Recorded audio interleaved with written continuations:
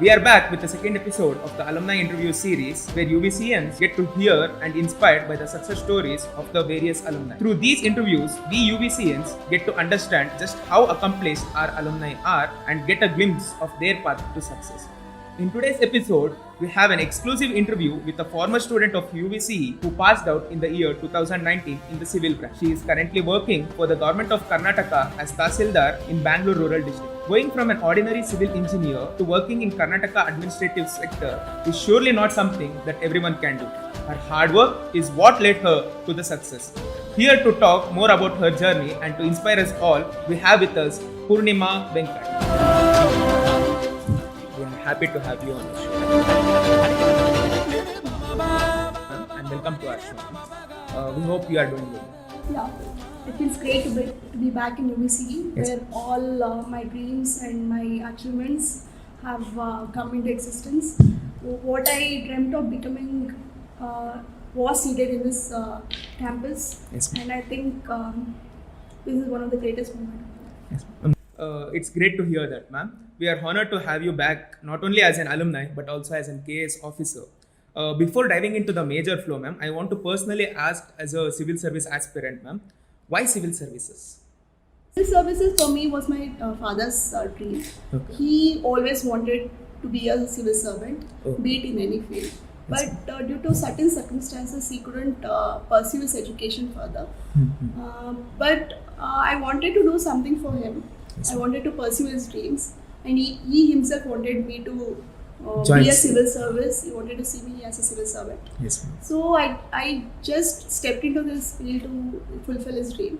Yes, ma'am. But when I pursued in this field, as such, I saw many officers, their journey and their wide range of services that they can produce. That's when the dreams which were seeded by my father has flourished. Yes, ma'am. Yes, ma'am. And ma'am, so now let's go to the our main conversation, ma'am. There are a few myths about KPSC, ma'am, and we want to know whether that's true or not, as you have already completed it, ma'am. So these days in WhatsApp and YouTube, we see many questions that very silly questions, and there'll be a heading that these questions are from KPSC interview or something. So are these really true, ma'am, or what is it in reality, ma'am? Yeah, I mean, even I've come across Such many questions. such questions Yes, ma'am. because see, KPSC is like there are many things. I mean, many people who talk bad about KPSC or like its interview process, I'll totally disagree on it. Yes, Because KPSC is on UPSC lines. The Ah. one who have stepped, you can ask any person who have cleared this exam or who have attended interview. It is as pressurizing, as strictly held in lines with UPSC, where they'll test your knowledge, they'll test your patience, they'll test your understanding capacities on questions Yes. on a very wide scale. And it is not, they'll cover all varieties of topics and your analysis on it as well. Mhm. So the interview process is strictly held, and it is they choose an officer who are worth of it. I think that myth is a very bad one. I think, and KPSC is reforming nowadays. There are many reforms that has been brought by many officers, and one such officer is Suralkar sir, who has brought many reforms, be it in interview stage or be it on an examination pattern as such. Yes, The whole concept of KPSC. KPSC, Gazetted Probationers exam, altogether has changed, Yes. and I think people should be aware of it. Yes, ma'am.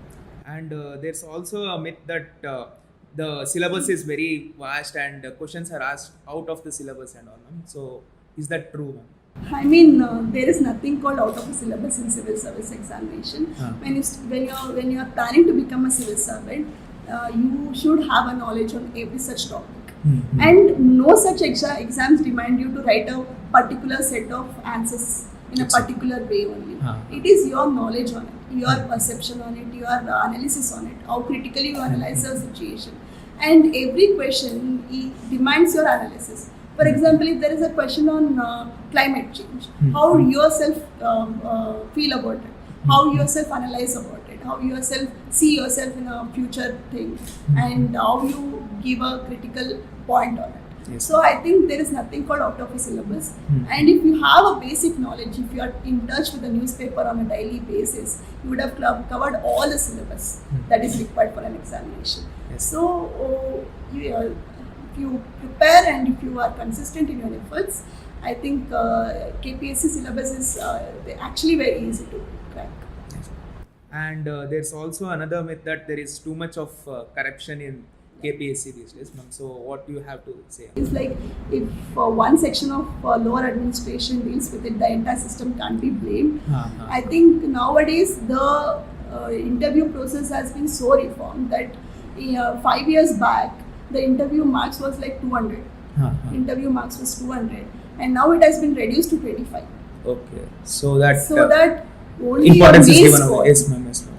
Evaluation is a cause for people getting selected. Yes. That is not the case. If you score well in mains and if your main score are very high, then there are high chances that you will get cleared. And the interview process is also transparently held. Yes. And I think many of my batchmates, I think most of them have cleared based on their high scoring in mains examination. Yes. I think instead of blaming the system, if you put your hard work on the preparation of this journey, it will be more fruitful for our journey. We would like to hear more about the KPSC, like your experience now, ma'am. So, can you give us an insight about your preparation period, ma'am? Like both KPSC and UPSC, because you are preparing for both. Yeah. So after like all my 4 years of my engineering days, I had not planned of studying anything regarding civil service examination. Yes. After since I had my placement offer and I happened to clear my GATE exam as well. Yes. I think one thing is like I prepared GATE. I want to speak about GATE exam because I prepared myself. I didn't take any coaching for it, and I tested myself. Like, will I be able to clear a competitive examination? Will I be able to get all my strategies working? So what I thought is like before I step into the civil service examination, I'll take GATE exam as a testing thing. So I went through it almost like all my 7 sem I dedicated into the preparation of GATE exam. I took all the materials from my friends. I studied on my own, and I happened to clear it. So then I thought, okay, I had a capacity. If I put in efforts, I can clear the examination. So after my graduation, I had all my options in front of me. I could either go to placement, or I can choose my higher studies through GATE, or I can step into civil service as well. So all these options were, I was in a very big dilemma for 2 months, June, July of 2019, where all the pros and cons, I went through all the fields, and then I decided like instead of spending 2 years of my higher studies into this civil engineering field, I can think of a broader perspective and prepare, dedicate those 2 years in the preparation of this civil services. I gave myself a deadline of 2 years in this field.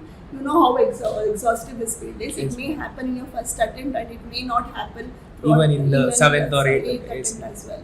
So I gave myself a 2 years of time and I told myself that if it's not happening even after the efforts of 2 years and I'm stepping back from this field, but I'm definitely going to give a try.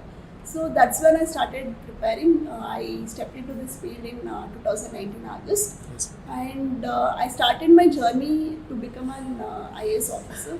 It is said like if you aim for a sun, you will at least get a moon. So that was my journey. I wanted. I stepped into this IAS preparation. Since I had no background as such, I had literally no knowledge of reading newspaper or I was not in touch of reading NCERT books, and I was pretty much distracted in my UVCE days as well. I was not that focused in studying as well. So I wanted to bring all those together into one way. So that is why I chose coaching, just to make myself more disciplined in this path of civil service. And initial 3 months of my preparation in even though I went to coaching was really tough. Yes. I had reading Hindu paper was itself a huge task Yes. with no background as such, and be it any field, the starting phase is always tough. Yes. It is easier only like this philosophy was also taught by UVCE as well. The starting phase is always the toughest. When you get adapted to the system, you will feel more easier. Yes. So that is when I told myself that just sustain, keep sustaining, keep doing things as it goes, and one day you'll see your results. Yes. So my coaching went on, but unfortunately the COVID happened, and there was a break in my preparation. But even though I think COVID did play a blessing in disguise path Yes. for me at the examination time, and for complete 1 year I prepared for UPSC. All UPSC syllabus I prepared. I had no plans on giving any state exams until then. Yes. But due to COVID, the UPSC exams got postponed, and KPSC exams were conducted before UPSC.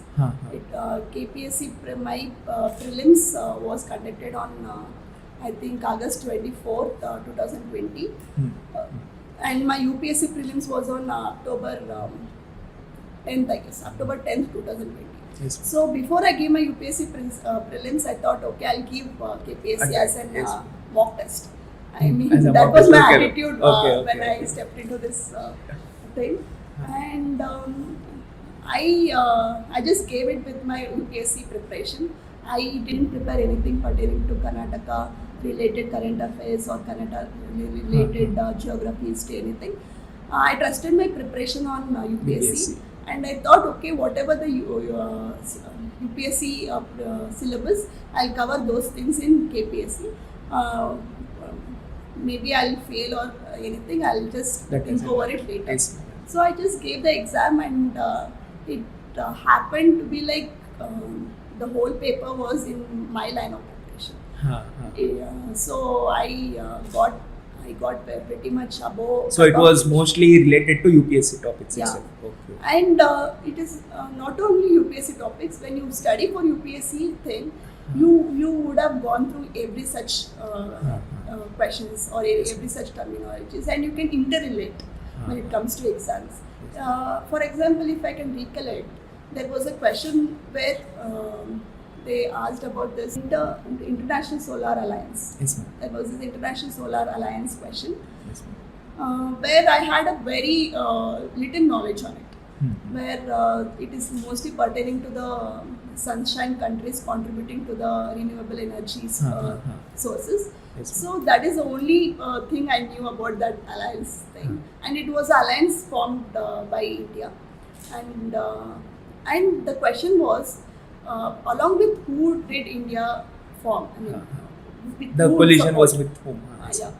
So, I mean, what I'm trying to say is, you need not have to have full knowledge on particular topic in order to clear these examinations. You can just correlate with the thing. This topic is from international relation, but what I did is I applied my geography knowledge on it and I cleared it, because all the options were on the temperate zone countries. But one of the options called France was in the tropical zone countries. So I think tropical zone are the countries who has maximum solar capacities. I think that's when international relation thing and geography get connected together. Yes. And that is how be it Karnataka related topics as well. You think of an Indian perspective, and you just correlate things with Karnataka, and I did many questions on that line. I think that is when application of your knowledge is very important in this field. Yes. If you would have gained ample amount of knowledge when you prepare certain amount of time. Yes. It's just that the application point that is very important in clearing it. Yes. So continuing with my journey, I happened to clear this prelims, and before my results only, I was expecting my results because I had very good score on it. I think it was key answers were also released. No, before Oh, that, okay. that also like by institutes and answer keys, I was pretty much sure that I would clear. Yes. Then there was a major hurdle. I had only 3 months of time to prepare for mains, and I had not prepared anything for Yes. that. Like this is one drawback. Yes. Because had I been prepared for Karnataka history, geography, current affairs before, it would have been Easier. So now I have to prepare a whole complete main syllabus as such in 3 months, and the whole concept of answer writing was very new to me as well. So now I have to do many things in the span of 3 months. So it was very hectic period, but I somehow managed myself, and as I said, COVID was indeed a blessing in disguise for me. The mains exam got postponed to February, which was from December. So and 5 months time. I got 1.5 months extra. So I think that was pretty much enough for me to cover the whole syllabus, and I cleared it. But again, the COVID kicked in, and the results were delayed for another 1 year. And recently I got my interview on 2022 August. Yes. And I got my order copy in February. Yes. And now I'm placed in Bengaluru District. Next we have a game round, ma'am. So the game is called Three Things. So each, like when I ask the question, you'll get to know how to say the answer, ma'am. So 3 things you would never do as a civil servant. One is never ignore the people. Yes. That is my main principle. Be it anyone, I should be available for them, approachable, yes. approachable for them. Be it on any day. Yes. That is, I will never ignore them. Yes. And the second thing is I would never take my post for granted. It has come from a very huge hard work that I've put in for 3.5 years. Yes. So I would like to give as much as possible for this society. The one thing that has been in this government field is people are corrupted. That I would never like to be identified in that way. Yes. 3 things you will do as a civil servant. I'll do as there are many things that I want to do. Top 3. Top 3 is one thing is there are still ample amount of opportunities to empower women as such. Yes. And for example, in the civil engineering field, there were very less opportunities for us being yes. women. So all these disparities should be taken off. So yes. I think I can work in that field. And women empowerment is one thing that I would like to do. Second is I would like to work in a field of education as well, because whole my father, mother has been deprived of education. I think they have literally struggled in order to bring me up. So I think education is another one sector which I would like to work in. And the third thing is since we have already gone through the major pandemic situation, I think major reforms can be done in health sector as well. Yes, ma'am. Three reformations you would do as a Tahsildar in your taluk. As a Tahsildar, the whole taluk in charge will be on us. Yes. And there are not. It's not only 3 things that you can do. You have to do every other thing. I think one thing.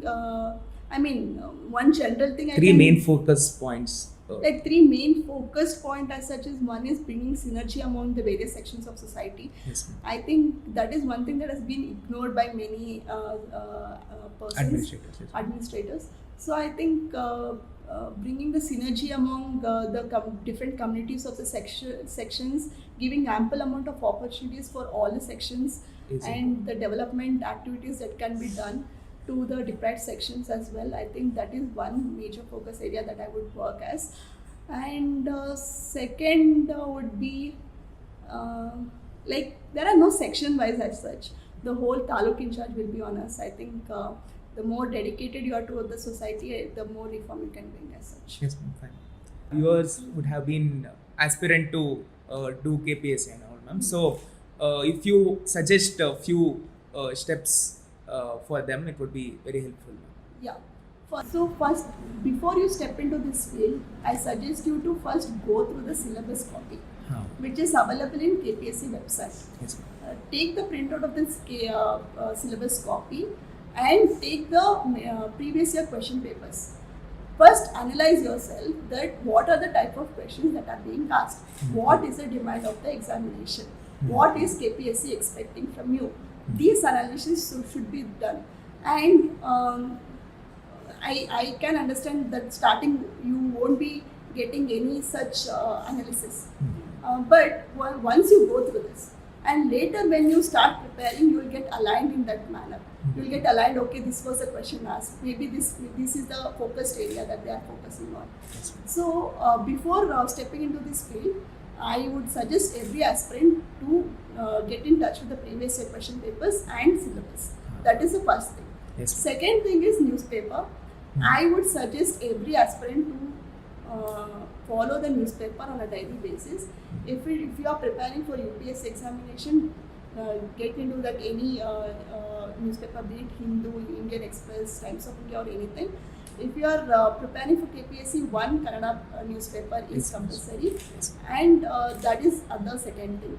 Even if you are not able to study on a particular day where you feel exhausted or if you are like feeling low, I think newspaper is one thing you shouldn't skip. Set up. Yeah. The third thing is like whether coaching is necessary or not is the one thing that aspirants will be confused on. Yes. It depends on your background. See, and now everything is available online. Every topper notes are available online. If you search a topic in a YouTube or any such thing, you will get ample amount of sources in order to deal with that thing. Yes. So I think coaching, if you are like very much disoriented in your preparation, I think coaching will be necessary.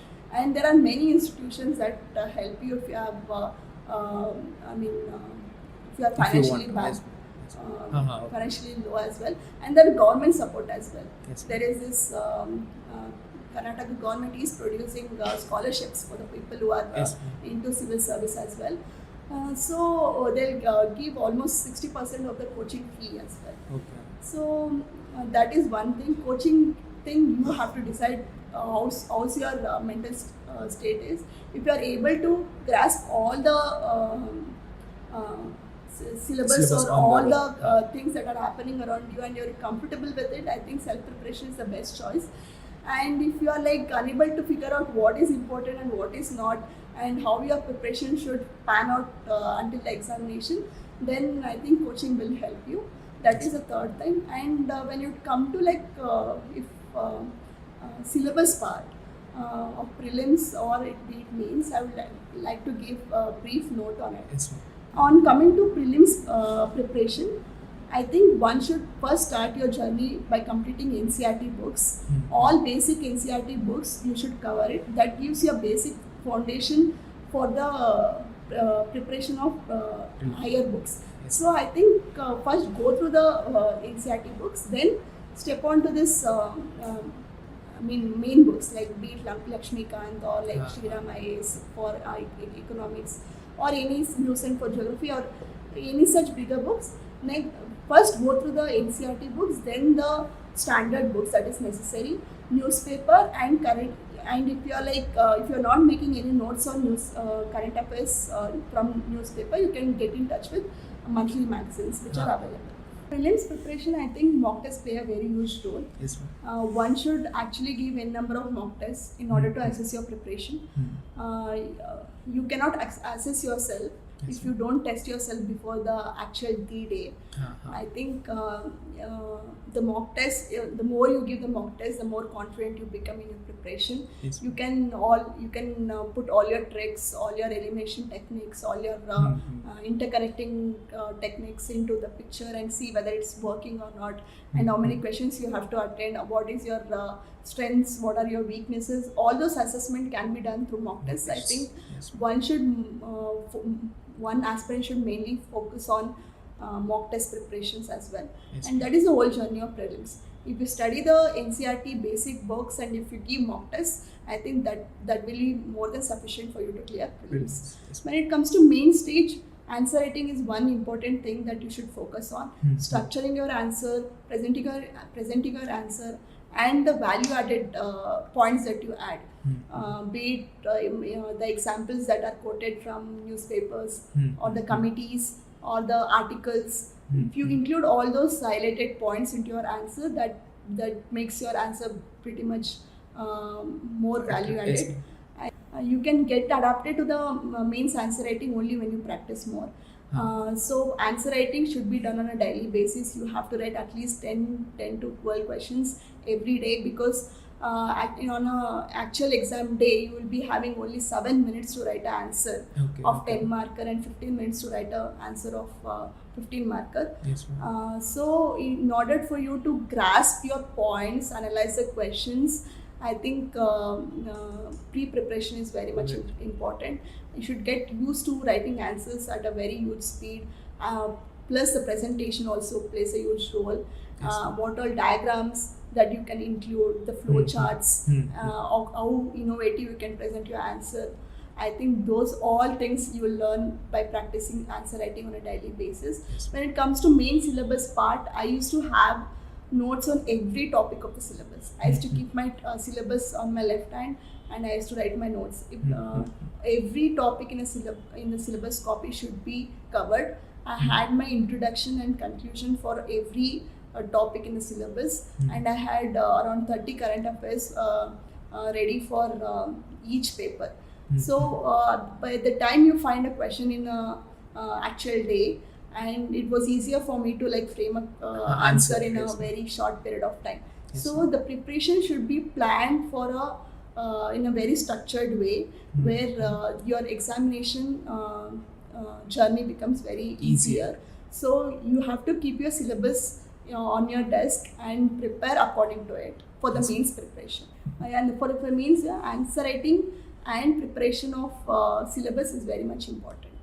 And if that is done, if you have all the materials with you, if you have all the notes that has been prepared for each and every topic of syllabus, then that is more than sufficient for you to clear mains, provided you put ample amount of hard work in writing answer writing on a daily basis.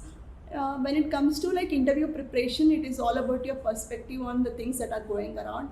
My interview journey was very much cardial in nature, where they mainly focused on many things that are happening, be it the sports section or else the committees that was being held, or the India and its climate changes that are happening, and how me as a civil engineer can contribute in a civil service field, and all those it is not a huge thing. It is all if you are prepared well for the examination, and I think the interview stage is very easier to go through.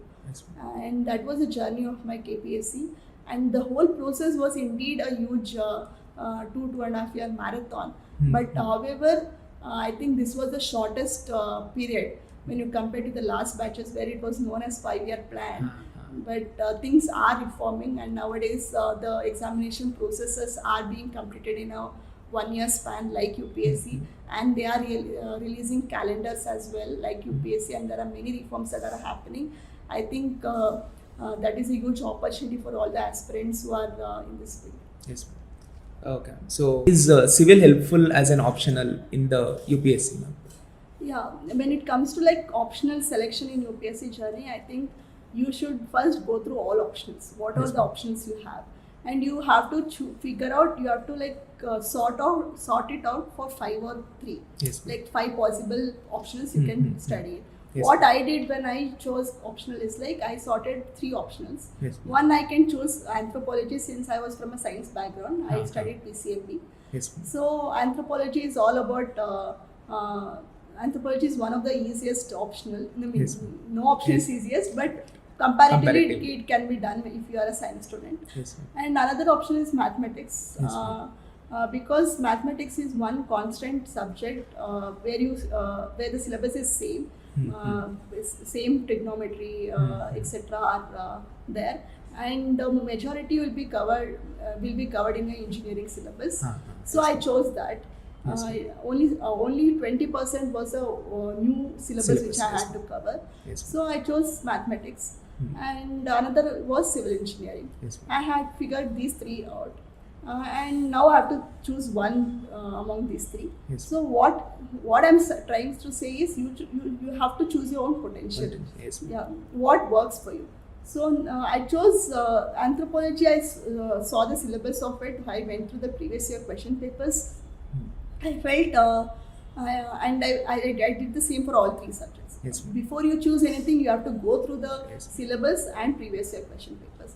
Now, when I went through all these three papers, I found mathematics was one thing which I was very comfortable with.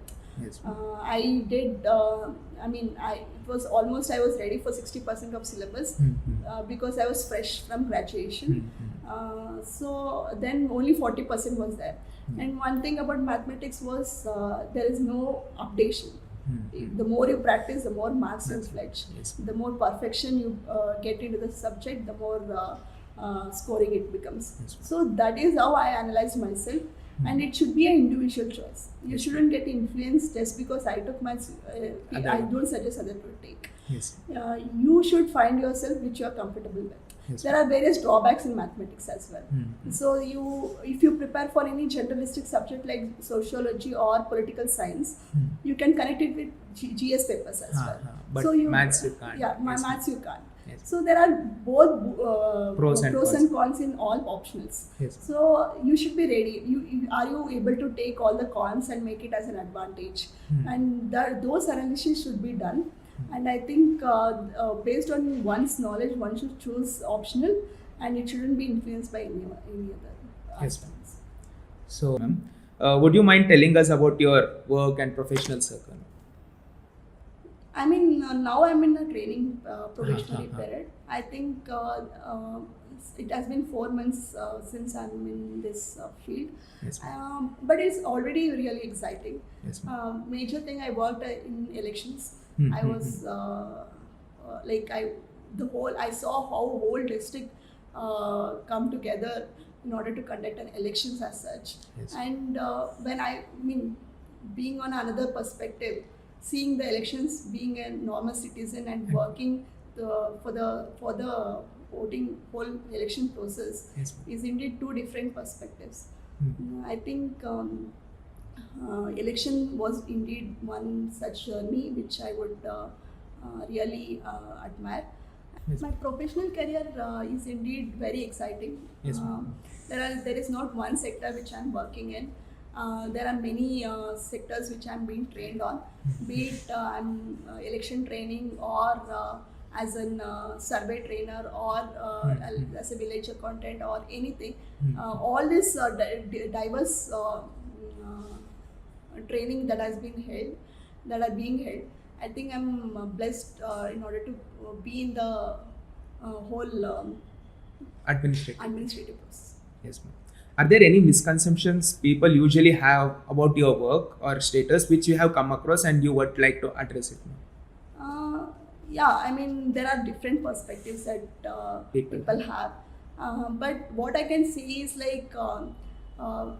the administrators are putting their above par efforts into the society. They are dealing with all sort of issues that come across, not just one issue. There are many issues that the society faces. Yes. I think they are doing their part, but these misconceptions will persist no matter how much they do. And the major thing is you should actually believe in what you're doing as an administrator. Yes, and the outcome will reflect upon them. Yes, ma'am. What were the most unforgettable experience you have had till date, ma'am, in your professional life? The professional life has just started. Yes, ma'am. The unforgettable moment will be me working with my DC, Bengaluru DC, Lata madam. Yes, I think that was one of the best moment of my life where I got into contact with the senior most AIS of my district, and I worked with her. I think that will be my memorable one. Yes, ma'am. Has your work changed your perspective of how things work? Now being a civil servant, I feel the whole society in a different way. Yes. When you are a normal citizen, you tend to make your mind in a monotonous way, where you think for yourself and work for yourself. And now that I've stepped into the civil service field, I see many different sections of societies that are part of, and how the economy works, how the environment thing is being perceived, and how the whole climate or anything as such, the whole perspective on the things that are happening around you is completely changed. Now I get oriented. Now when it is raining, I tend to think, okay, this might be this weather. You get oriented towards the preparations and as such. And I think I would suggest that one should actually step into this field, because your perspective about things really changes, and in a good way. It is not necessary that you clear or not. With the knowledge of these perceptions, you can pursue in any field and be successful. I think that is one advantage this field has. Yes, ma'am. So we are almost in the final part, ma'am. So, like you said, you were even preparing for UPSC now, ma'am. So, where would you see yourself in next 5 years, ma'am? Probably. I would like to see myself as an AIS officer. I started my journey preparing for it, aiming for it. I think I know that I'm almost near to it, and I can see it happening. I think in coming days, I can actually put in more efforts and make it happen.